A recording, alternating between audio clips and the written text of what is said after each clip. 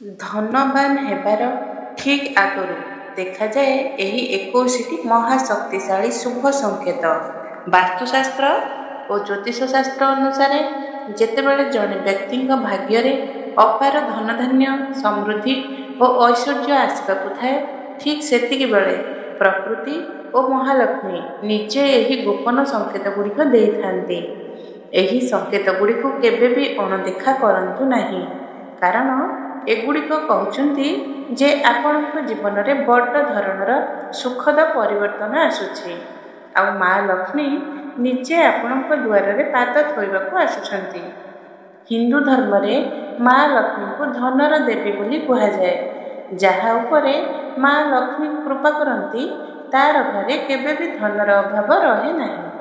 ତେବେ ଆସନ୍ତୁ ଜାଣିବା ସେହି 21ଟି ଅତି ଶକ୍ତିଶାଳୀ ଶୁଭ ସଂକେତ, ଯାହା ଦେଖିଲେ ବୁଝିଯିବେ ଆପଣ ଧନବାନ ହେବାକୁ ଯାଉଛନ୍ତି। କିନ୍ତୁ ତା ଆଗରୁ ଯଦି ଆପଣ ମଧ୍ୟ ଚାହାନ୍ତି ଯେ ମା' ଲକ୍ଷ୍ମୀଙ୍କ ଅପାର କୃପା ଆପଣଙ୍କ ଉପରେ ବର୍ଷା ହୋଇ ରହୁ, ତେବେ ଏହି ଭିଡ଼ିଓକୁ ଗୋଟିଏ ଲାଇକ୍ ନିଶ୍ଚୟ କରନ୍ତୁ। ଚ୍ୟାନେଲକୁ ସବସ୍କ୍ରାଇବ୍ କରି ବେଲ୍ ଆଇକନ୍ ଦବାଇ ଦିଅନ୍ତୁ, ଆଉ କମେଣ୍ଟରେ ଲେଖନ୍ତୁ ଜୟ ମାତା ଲକ୍ଷ୍ମୀ। ନମ୍ବର 1, ହାତରେ ଖୋଳା ହେବା। ପୁରୁଷଙ୍କ ଡାହାଣ ହାତ ଓ ମହିଳାଙ୍କ ବାମ ହାତରେ ଖୋଳା ହେଲେ ଏହା ଅତି ଶୁଭ। ଏହାର ଅର୍ଥ ହେଉଛି ଧନ ସମ୍ବନ୍ଧୀୟ ସମସ୍ତ ସମସ୍ୟା ଦୂର ହେବାକୁ ଯାଉଛି, ଆଉ ଅର୍ଥ ସ୍ଥିତି ମଜବୁତ ହେବ। ନମ୍ବର 2, ସକାଳେ ଶଙ୍ଖ ଧ୍ୱନି ଶୁଣାଯିବା। ଶୋଇବାଠାରୁ ଉଠିଲା ପରେ ଯଦି ଶଙ୍ଖର ପବିତ୍ର ଧ୍ୱନି କାନରେ ପଡ଼େ, ତେବେ ଜୀବନରେ ବଡ଼ ଧରଣର ସୁଖଦ ପରିବର୍ତ୍ତନ ଆସୁଛି। ବୁଝିଯାଆନ୍ତୁ, ଦୁଃଖର ଦିନ ଶେଷ, ସୁଖର ସମୟ ଆରମ୍ଭ। ନମ୍ବର 3, ଘରେ କଳା ପିମ୍ପୁଡ଼ିଙ୍କ ଲାଇନ୍। ହଠାତ୍ ଘରେ କଳା ପିମ୍ପୁଡ଼ି ଲାଇନ୍ ବାନ୍ଧି ଚାଲୁଥିବା ଦେଖିଲେ ଓ ଖାଦ୍ୟ ଉପରେ ଝାମ୍ପି ପଡ଼ୁଥିଲେ, ସମଝି ଯାଆନ୍ତୁ ମା' ଲକ୍ଷ୍ମୀ ନିଜେ ଘରକୁ ପ୍ରବେଶ କରିସାରିଛନ୍ତି। ନମ୍ବର 4, ସକାଳେ ଗାଈ ଦୁଆରେ ଆସି ଡାକିବା। ଗାଈ ଯଦି ସକାଳେ ଆପଣଙ୍କ ଘର ଦୁଆରେ ଠିଆ ହୋଇ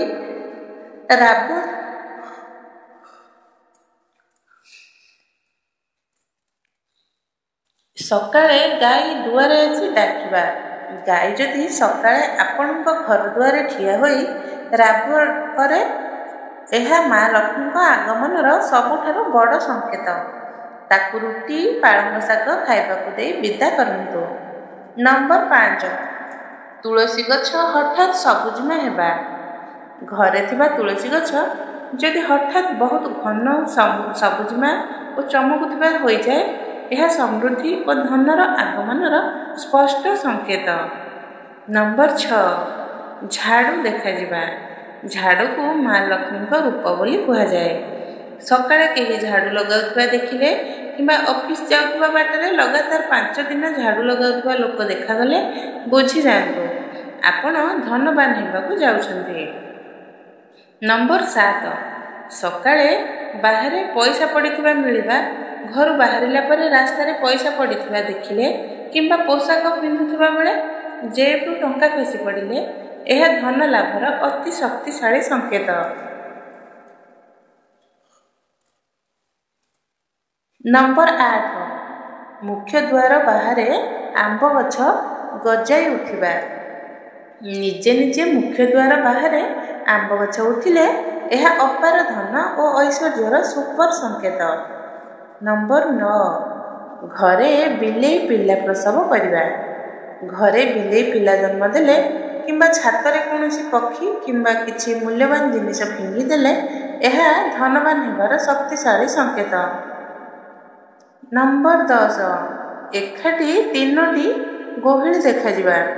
ଘରେ ହଠାତ୍ 3ଟି ଗୋହିଳି ଏକାଠି ଦେଖ। ଏହା ଦେଖାଗଲେ ଏହା ମାତା ଲକ୍ଷ୍ମୀଙ୍କ ଆଗମନର ସବୁଠାରୁ ବଡ଼ ସଂକେତ। ଦୀପାବଳିରେ ତୁଳସୀ ଗଛରେ ଗୋହିଳି ଦେଖାଗଲେ ଅପାର ଧନ ଆସିବ। ନମ୍ବର 11, ସକାଳେ ଆଖପାଚୁଳି ଦେଖାଯିବା। ହଠାତ୍ ଆଖପାଚୁଳି ଦେଖାଗଲେ ବୁଝିଯାଆନ୍ତୁ ଆପଣଙ୍କ ଭାଗ୍ୟ ବଦଳିବାକୁ ଯାଉଛି। ଉଲୁଆ ଘର ବାହାରେ ଦେଖାଯିବା। ମା' ଲକ୍ଷ୍ମୀଙ୍କ ବାହନ ଉଲୁ ମାନେ ପେଚା। ଯଦି ଲଗାତାର ଘର ବାହାରେ ପେଚା ଦେଖାଯାଏ, ତେବେ ମାତା ଲକ୍ଷ୍ମୀ ନିଜେ ଘରକୁ ଆସୁଛନ୍ତି, ଅପାର ଧନ ଆସିବ। ନମ୍ବର 13, ସ୍ୱପ୍ନରେ ହଳଦିଆ କିମ୍ବା ଲାଲ ଫୁଲ, ମନ୍ଦିର କିମ୍ବା ଲାଲ ଶାଢ଼ୀ ପିନ୍ଧା ମହିଳା ଦେଖିବେ, ଏହା ସିଧାସଳଖ ମା ଲକ୍ଷ୍ମୀଙ୍କ ଆଗମନର ସଂକେତ। ନମ୍ବର 14, ରାସ୍ତାରେ କୁକୁର ମୁହଁରେ ରୁଟି ଧରି ଆସୁଥିବା ଦେଖିବା, ଧନ ଲାଭର ଅତି ଶୁଭ ସଂକେତ। ନମ୍ବର 15, ବ୍ରହ୍ମ ମୁହୂର୍ତ୍ତରେ ଭୋର 3ଟାରୁ 5ଟା, ସେଇ ଭିତରେ ନିଦ ଭାଙ୍ଗିଯିବା, ମା ଲକ୍ଷ୍ମୀଙ୍କ କୃପାରୁ ଏମିତି ହୋଇଥାଏ, ଦୁଃଖର ଦିନ ଶେଷ। ନମ୍ବର 16, ସ୍ୱପ୍ନରେ ଶୁଆ ଦେଖାଦେବା, ଆର୍ଥିକ ସଙ୍କଟ ଦୂର ହେବ, ଧନ ଆସିବ। ସ୍ୱପ୍ନରେ ଯଦି ଶୁଆ ଦେଖାଯିବ ଧନ ଆସିବ।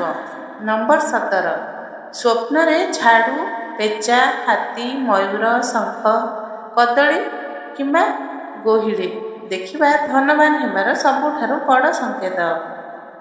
ନମ୍ବର 18, ପୁଣି ଶଙ୍ଖଧ୍ୱନି ଓ କୁକୁର ମୁହଁରେ ରୁଟି ପୁନରାବୃତ୍ତି ହେଲେ ଆହୁରି ଶକ୍ତିଶାଳୀ। ନମ୍ବର 19, କିନ୍ନର ଦେଖାଯିବା, ଶୁଭ କାର୍ଯ୍ୟକୁ ଯାଉଥିବା ବେଳେ କିନ୍ନର ଦେଖାଗଲେ ତାଙ୍କୁ ଦାନ ଦିଅନ୍ତୁ। ଯଦି ସେ ଫେରସ୍ତା କିଛି ଟଙ୍କା ଦିଅନ୍ତି ତାହା ଗ୍ରହଣ କରି ରଖନ୍ତୁ, ଧନ ବୃଦ୍ଧି ହେବ। ଘର ଛାତରେ କୋଇଲି ଡାକିବା, ଧନ ଓ ସମୃଦ୍ଧିର ସୁନିଶ୍ଚିତ ସଂକେତ।